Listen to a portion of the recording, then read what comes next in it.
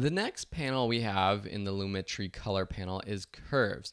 So let me just close down creative and turn off the effects that we added for both creative and basic correction, and then go down to curves so that you can really see what this is doing. The RGB curves will add or decrease, well, exposure or even contrast to your footage. Clicking in this graph and dragging down will decrease the exposure or increase the exposure if you move up. We can add contrast by creating a little S curve. The bottom or the left side of this graph affects the darks. So if I drag down, that's decreasing the exposure of the darks and the blacks. And then over on the right side, we have the highlights. So if I click and drag up the highlights, it's actually making it more exposed. So having a S curve like this adds more contrast. And you can see over here in the Lumetri scopes panel how it looks. There's more colors. The highlights are higher and the darks are darker. We can go into specific colors and say we want to add a little bit more warmth to it. We can choose the red graph and just click and add a little bit more red to this. Now you don't want to go too crazy unless you want this to be more stylistic, because as you drag up, it starts to get a little bit wonky. And you can do the same thing with the greens and the blues. And to undo any of this, you can just double click.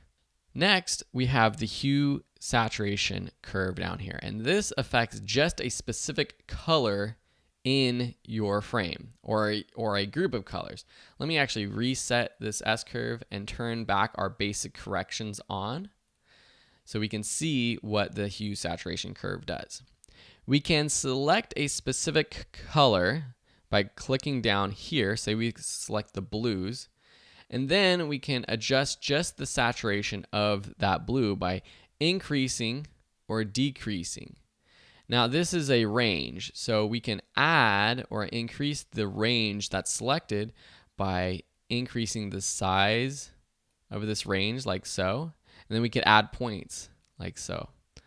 So now this is selecting all the blues and desaturating it. Maybe we want to desaturate everything except for the blues. We can actually increase the saturation of the blues like so, and then take the rest of the colors and move them down inwards. Clicking and dragging in will desaturation, and going outwards in the circle will add saturation to it. If we want just the blues and just the yellows, we can do that. We can get creative with this. So just the yellows, just his face. So this means everything except for the pinks and the magentas and the greens is going to be saturated, almost too saturated. So that's how you use the hue saturation curve to get creative. You can imagine a shot of a red rose in a green field of flowers. Maybe you want just that red rose to be saturated, everything else to be desaturated. This is one of the tools that you can use to get that sort of effect. You can also do that with this HSL secondary panel, and we'll be learning that in a couple of videos.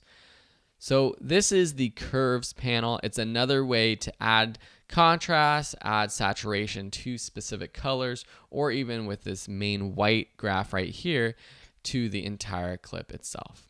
Thanks for watching, and in the next video, we'll be going over color wheels.